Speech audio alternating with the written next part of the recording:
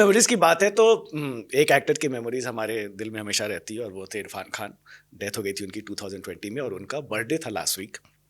और पिछले वीक काफ़ी वो ट्रेंड भी कर रहे थे इंस्टाग्राम पर। अगर आप ओपन करते तो आपको कई सारे रील्स पुराने इरफान खान के ओल्ड इंटरव्यूज़ या उनके सीन जो है वो आपको दिख रहे थे। और शुभ्रा गुप्ता ने इरफान खान पे एक बुक भी लिखी है। बताइए उस बुक में आपने क्या क्या एक्सप्लोर किया था? आ, ओके। एकदम से ये सवाल आ गया या तो इस सवाल का मैंने इतना जवाब दिया था जब लोग पूछ रहे थे कि ये या आपने किताब क्यों लिखी। तो उसका एक जवाब यही था कि किसी ने मुझे फोन करके बोला कि ये ऐसे इरफान के ऊपर आप किताब लिखेंगी। तो मैंने कहा क्यों लिखना है बताइए।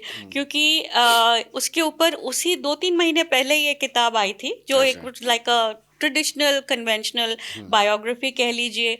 और उससे पहले भी इतनी सारी चीज़ें जो लिखी जाती हैं। और एक ये होता है ना कि किताब उन पे लिखी जाती है जो थोड़ा डिस्टेंस हो। और ये 2-3 महीने उनके जाने के बाद मुझे ये कॉल आया था। लेकिन फिर उन्होंने कहा कि नहीं, हमको एक जो पब्लिशर थे उनको एक फिल्म क्रिटिक के पर्सपेक्टिव से चाहिए थी ये किताब। कि ओके। एक समीक्षक जिन्होंने उनकी सारी चीज़ें देखी।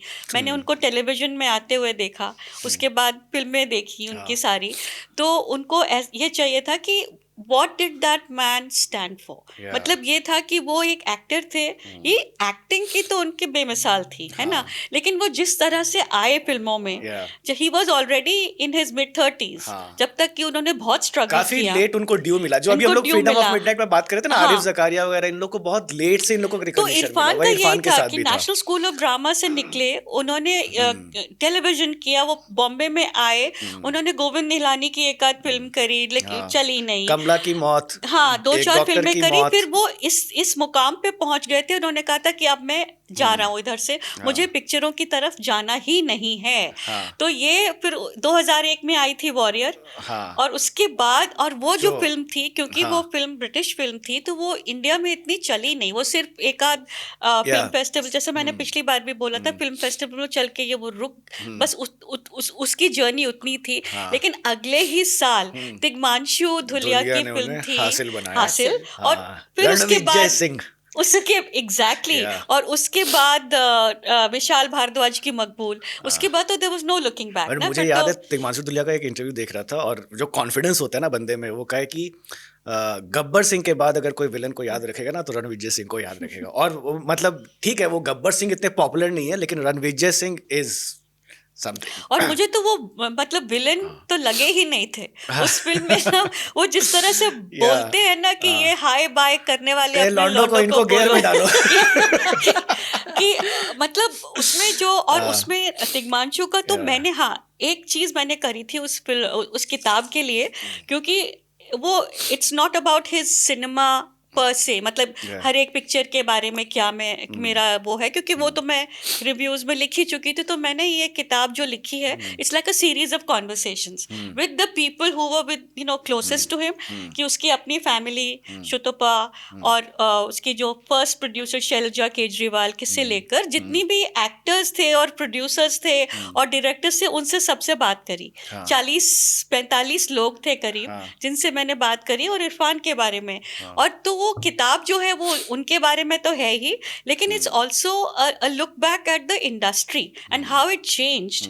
कि वो जब वो आए तो कहाँ थी, और जब वो ही पास्ट अवे टू या अर्ली, 2020 या पर कि हाँ। वो कहाँ उन्होंने छोड़ा। तो उस पूरे एक उनका जो वो दौर या था, हाँ। उसमें हिंदी सिनेमा में क्या क्या क्या क्या बदलाव हुए। बदलाव आया, ये हमने लास्ट टाइम भी डिस्कशन किया था। ज्योति से जब हम लोग की पहली मुलाकात हुई थी, जब ये एक्सप्रेस आई थी, तो उस वक्त मैं तो न्यूज़ डेस्क पे था। तो हम लोग की अक्सर बात जब होती थी तो फिल्मों की होती, तो इरफान की बातें ज़रूर होती थी। तो मैंने एक बार इनसे कहा था ना कि यार मैं तो पॉलिटिशियंस के इंटरव्यूज़ वगैरह करता, तो मैं इनसे कहा था कि इरफान का कभी कोई इवेंट हुआ ना तो बताना, मैं ज़रूर उनका इंटरव्यू करना चाहूँगा।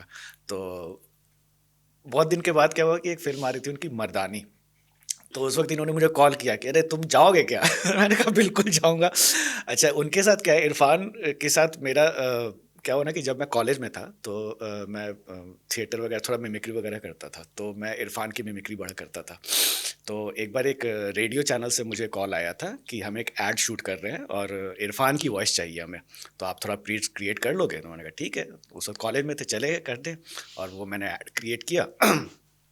उसके लिए ना मुझे 1500 रुपये मिले थे, तो वो मेरी लाइफ की पहली कमाई थी, ठीक है, वो बिकॉज ऑफ इरफान। तो और वो मैंने पहला जो अपना वुडलैंड का शूज़ खरीदा कॉलेज में कि भाई ये चलो, तो वो मिला। तो मैंने ये सोच के रखा था कि जब भी मैं कभी इरफान से मिलूंगा ना तो ये बात उसको बताऊंगा ज़रूर। तो फिर जब इन्होंने बोला कि जाओ एक इंटरव्यू करो, तो मैं चला गया वहाँ। तो इंटरव्यू तो बाद में, पहले तो भाई आपको मैं एक स्टोरी बताना चाहता हूँ कि आपकी वजह से मेरी लाइफ की पहली कमाई हुई थी। 1500 रुपये मुझे मिले थे 10 सेकंड का ऐड रिकॉर्ड करने के लिए। वो भाई सब गले लगा लिए और कह रहे वाह क्या बात है ये वो करके। बट उन्होंने खूब फिर अपना डिटेल बताया, वो पूरा स्ट्रगल जो आपने बोला ना अभी कि हाँ उनको बहुत टाइम लग गया खुद को इस्टेब्लिश करने में। इनफैक्ट जो हासिल की हम लोग बात करते हैं, हासिल वाज अ फ्लॉप मूवी, मतलब हिट तो नहीं हुई थी।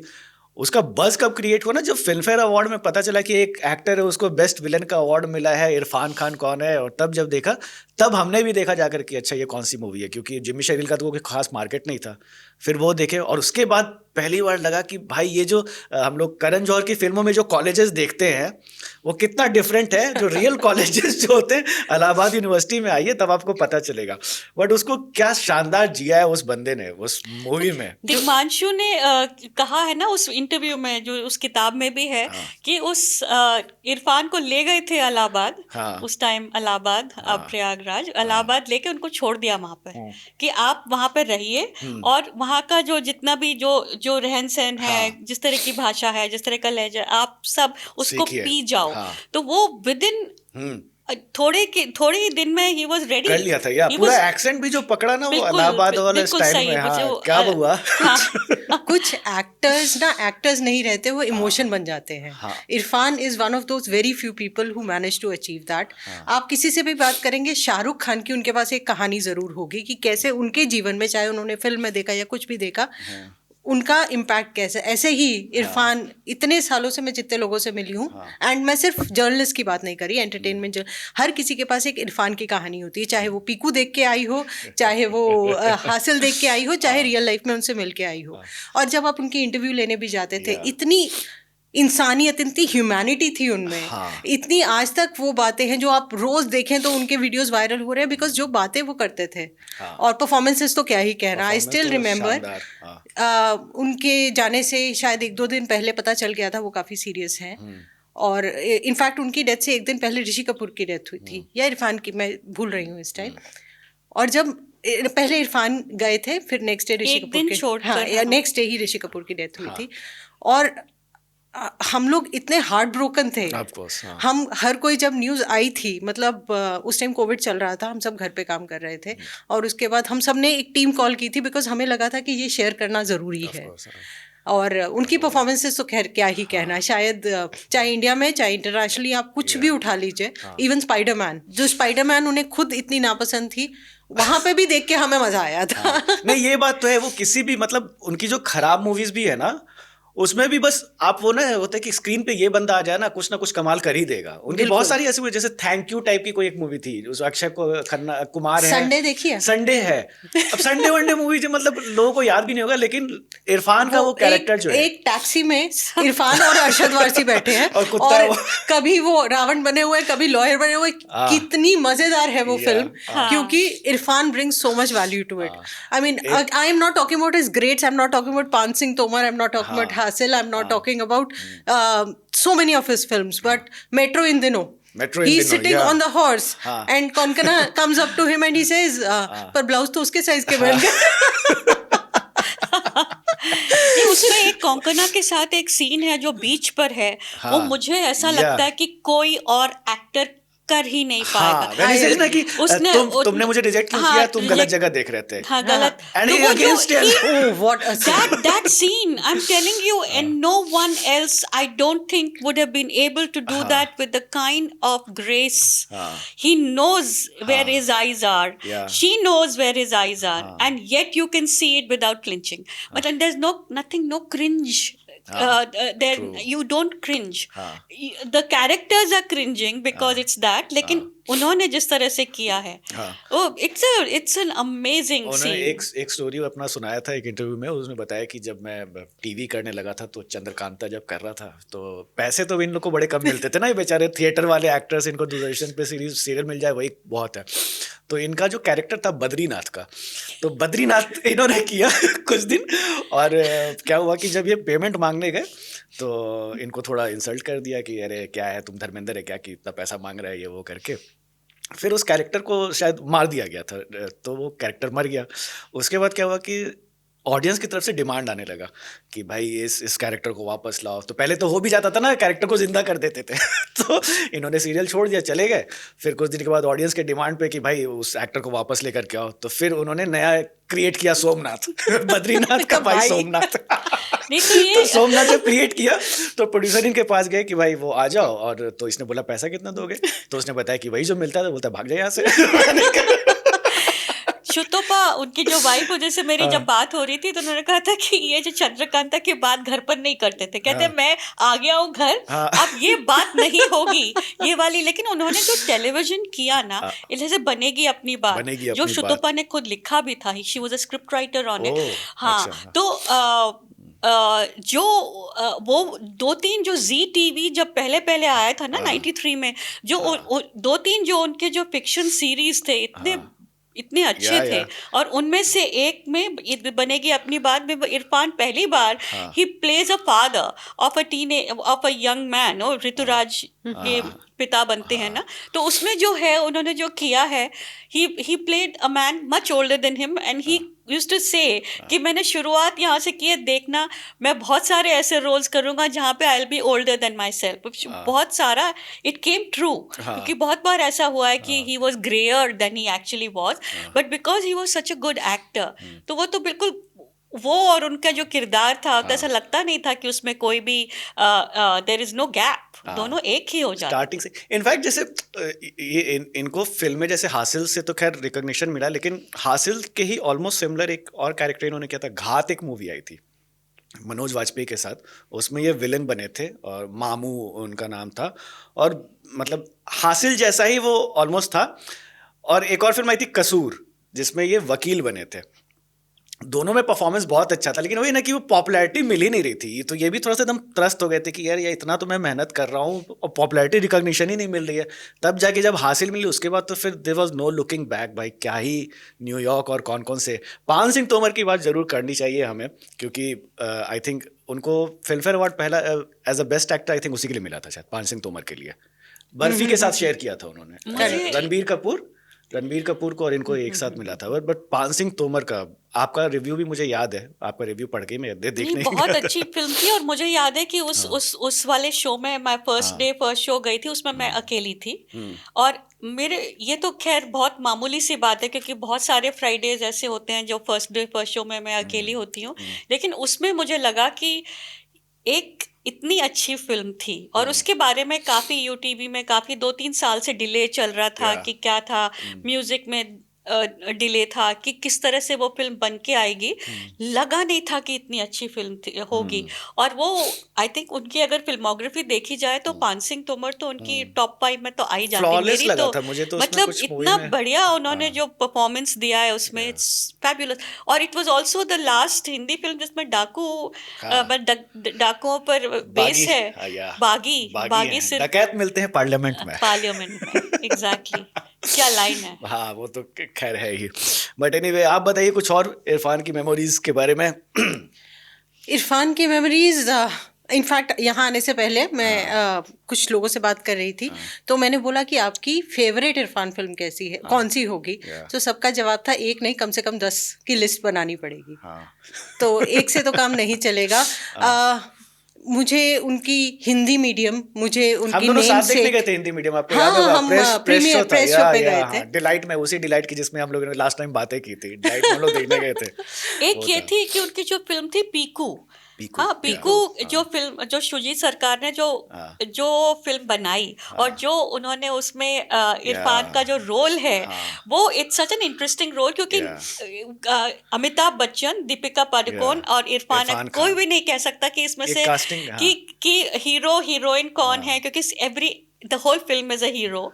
और उसमें जो इरफान है ना, he comes in my view, एक लैटरल उनका रोल है कि he is not facing anyone, वो साइड से आते हैं और अपना वो इतना धाक जमा लेते हैं उस फिल्म की।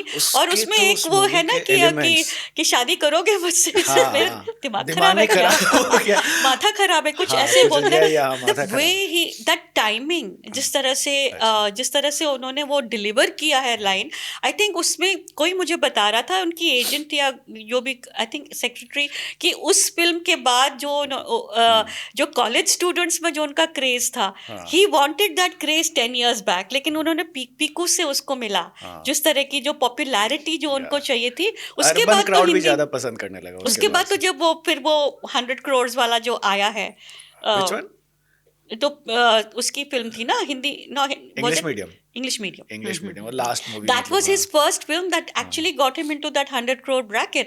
and अगर वो इतने इस तरह से गए नहीं होते, then I think he would have changed the face of Hindi cinema. क्योंकि शुतुपा ने मुझे ये भी बोला था कि जब वो अपने लास्ट फ्यू मंथ्स थे, जब वो हॉस्पिटल में थे, तो उनको पूरी दुनिया से स्क्रिप्ट्स आ रही थी, जब उन लग रहा था कि थोड़े ठीक हो रहे हैं। जब वो लंदन में थे और जब वो वापस यहाँ आ गए, इतने सारे उनके पास स्क्रिप्ट्स आए थे और प्रपोजल्स आए थे कि ऐसा लग रहा था कि he was going to be that next level, Irfan 2.0। अच्छा, उनकी कंट्रोवर्सीज भी ज्यादा कुछ नहीं थी। मैं कई बार किसी आर्टिकल के लिए कोशिश कर रहा था कि निकालूं कुछ, खंगालूं कुछ निकले इसमें से, लेकिन कुछ चलिए। सिर्फ एक ही बार मुझे याद है कि उन्होंने एक स्टेटमेंट दे दिया था कुर्बानी के ऊपर, जो बकरीद में जो काटते ना, कि तो उन्होंने कह दिया था कि भाई कुर्बानी ऐसी दी जाती है जो कि आपके अजीज़ हो, आप किसी बकरे को आप साल भर रख करके और कुर्बानी दे दो। अब उसके लिए उनको पूरा वो जो इस्लामिक जो कट्टरपंथी है वो लोग शुरू हो गए थे। तो जब मैं मिला था उनसे इंटरव्यू में, तो मैंने जैसे ये सवाल किया तो पहले ही हाथ जोड़ दिया, ये मत पूछो मेरे से। He also dropped Khan from his name because that is what plural Indian pluralism. He kind of stood for that. In fact, उनका एक इंटरव्यू है जो उन्होंने स्क्रीन को दिया था बहुत साल पहले, where he spoke about कि कैसे एक्टर्स तुम्हारे हीरोज नहीं हो सकते। Anybody who does their work well is your hero. So that is the kind of things that he stood for. In fact, दीपक डोबरियाल ने भी हमें बताया था कि लास्ट फिल्म के टाइम उनकी तबीयत इतनी खराब थी that he could not shoot for more than a few hours at a time, and there were days when he would be at pain and they could not shoot, but he still went doing what he loved the most. और ये मेरे पीकू का एक और scene जो आपने बोला ना कि ये माथा खराब है, मेरे को याद है कि उसमें बस एक सीन है, जब पहली बार ये जब आते हैं ना, उनको गाड़ी के चलिए कलकत्ता लेके चलता है, तो रघुवीर यादव उनसे पूछते हैं कि अरे कहाँ से हो तुम? बोला नहीं हम तो यूपी संदीली डिस्ट्रिक्ट। तो कहता है वहाँ के तो बूंदी के लड्डू बड़े अच्छे हैं, अगली बार आओ तो जरा 2 किलो लेके आओ। एंड ये जैसे अच्छा दैट अच्छा, हमें क्या बात है, कन्विक्शन कहता है तो सरकार अच्छा। नहीं, पर ये इरफान की ये भी तो खासियत है कि उनके जितने भी डायरेक्टर्स, उनके जितने भी थे, वो सब इतने ज़्यादा इम्पैक्ट हुआ था उनका इरफान के ना रहने से। सुजीत सरकार आज भी बोलते हैं कि आज भी अगर वो लिखते हैं तो उनके दिमाग में इरफान होता है। और मुझे याद है कि मैंने जब विशाल भारद्वाज को I reached out to him कि इसके लिए, इसे 8 महीने उन्होंने मुझे मतलब वेट कराया। फिर वो बोले कि मैंने जब जूम पे उस टाइम कोविड चल रहा था, तो वो बोल रहे थे कि मुझसे बात नहीं करी जाएगी। And twice thrice he took off his glasses, wiped his eyes, मतलब इतने भावुक हो गए थे विशाल भारद्वाज उन्होंने। और वो जो उन्होंने वो बताया ना कि वो जो हैदर में जो सीन है, जो इंटरवल के रूदार जब व्हेन ही कम्स, उनसे नाराज हो गए थे इरफान विशाल से, क्योंकि वो 7 खून माफ में कुछ हो गया था, कुछ एक लिटिल बिट ऑफ खटपट, something happened. So he says कि अच्छा मैं ये करूँगा लेकिन आप मुझे एक एंट्री दो, I want like an entry. तो इसमें जो एंट्री है ना, when he comes into that, और Vishal told me, in fact I think he's spoken about this many times, कि वो आते हैं तो बर्फ गिर रही होती है, तो वो इरफान ने उठाकर थोड़ा सा हल्के से स्नो उन्होंने अपने चश्मे पर लगा ली कि and that became the that moment when everyone looks at that कि ये रूदार की एंट्री है। सब लोग जब वो हैदर की बात करते हैं तो ये वाली एंट्री जरूर याद दिलदार आती की एंट्री हमेशा बात होती है। हाँ। उनका सात खून माफ में उनका वो था ना कि he didn't want to play that role. उन्होंने एक इंटरव्यू में कहा कि जैसे ही विशाल ने मेरे को बताया ना कि तुम्हारा रोल ये है, कट गया पूछा था क्या ना है, वो, हाँ। तो ये सेड कि वाइफ बीटर। बोला अरे यार ये तो मैं हो ही नहीं सकता। उसने ये भी बोला था, वाइफ बीटर बना दिया मेरे को। वो संजय गुप्ता की कब्जा थी ना, कब्जा उसमें संजय से अगेन नॉट कब्जा, कुछ और नाम था यार। क्या जैसे था? ऐश्वर्या राय वाली ना। हाँ, ऐश्वर्या राय वाली, जिसमें वो ही प्लेज द, नाम याद नहीं आ रहा, ये कैसे हो सकता है? एनीवे हाँ। तो वो फिल्म थी जिसमें उसमें उसने ये बोला था कि संजय से कि मेरे को आप सलमान खान टाइप डायलॉग दो। तो वो पूरा ही only wears black and black, अगर याद है किसी को वो पिक्चर, तो उसमें जैकेट पहना, लेदर जैकेट पहना, he is wearing black on black, उसको वो करना था, उसको he wanted to get that kind of role, मुझे वैसा करना है। डायलॉग्स उनको दिए भी तो उसी तरीके से कहता है ना कि अगर वो जो इश्क होता, इश्क है इसलिए जाने दिया, कुछ जिद होती तो बाहों में होती, कुछ ऐसा समथिंग करके। वो ही सर कि वो तो he wanted those dialogues। तो इट्स नॉट, जब इरफान की बात हम करते हैं ना, तो वर्सेटैलिटी, उसने जिस तरह के हर तरह के रोल्स किए, और उन्होंने तिग्मांशु के साथ वो भी तो किए, साहब बीबी और गैंगस्टर, उस तरह का, फिर अनूप सिंह के साथ किस्सा। तो इस तरह की जो फिल्में उन्होंने करी और जिस तरह के उन्होंने कैरेक्टर्स, किरदार निभाए, तो मुझे तो कोई लगता है कि कोई और ऐसा कर भी नहीं पाएगा। और Nikhil Advani, we haven't discussed, but another one. Meera Nair also said, Meera Nair की एक बहुत कहानी है जो हर समय हर एक को वो बता चुकी हैं कि जब वो सलाम बॉम्बे कर रही थी तो उन्होंने इरफान को लिया था रोल, लेकिन जब वो होते होते फिल्म ऐसी हो गई कि वो छोटे जो बच्चे थे स्लम्स में, उनके और इरफान के बीच में हाइट में बहुत ज्यादा फर्क था। तो उन्होंने बोला इरफान ये तो she said he was heart broken. तो उन्होंने एक सीन उनको दिया था, वो लेटर राइटर का, चिट्ठी लिखते हैं, तो उन्होंने ये कहा था कि हाँ मैं आई विल मेक अप, मैं ये करूंगी। तो जब नेम सेक आई उनके पास, तो she told me, she said अच्छा, मुझे लगा इरफान भाई अब तुम आ जाओ, मतलब तुम आ जाओ। तो उन्होंने ये करा और क्या फिल्म वो बनाई है। और मतलब it's definitely one of my absolute all time favourite. जिस तरह से तबू और उसको उस मकबूल के बाद नेम सेक, और क्या उनकी जोड़ी थी। और तबू ने बात करने के लिए मना कर दिया था, उन्होंने कहा था नहीं, आई एम हार्ट ब्रोकन, मैं नहीं कर पाऊंगी, क्योंकि मेरे वो फेवरेट, मतलब he was her favorite co-star। बहुत कम ऐसे एक्टर होते हैं ना जिनके बारे में थोड़ा क्रिटिसिज्म नहीं होता। हाँ, मैंने मतलब सबसे हर किसी के बारे में होता है, वो चाहे अमिताभ बच्चन हो, इवन नसरुद्दीन शाह को भी लोग। इरफान के बारे में मैंने ना कभी किसी से, फैंस, फिल्म सर्कल में लोग कभी उनके बारे में कुछ भी ऐसा गलत बात नहीं कहते। मैंने सबसे पूछा, मैंने कहा आप लोग सब इतना वो बोल रहे हैं कि ये अच्छी बात, कुछ तो बताइए। कुछ let me get at least one और टू नोज डिग्स। Nothing. हाँ, कुछ भी नहीं था। There's still an Irfan-shaped hole in Indian cinema. What he would have achieved if he had been around. तो on that note we are going to like end this show, लेकिन show and करने से पहले मैं बोलूँगा ज्योति को और शुभ्रा को दो मूवीज रिकमेंड कीजिए जो कि ऑडियंस को, हमारी को देखनी चाहिए इस वीक।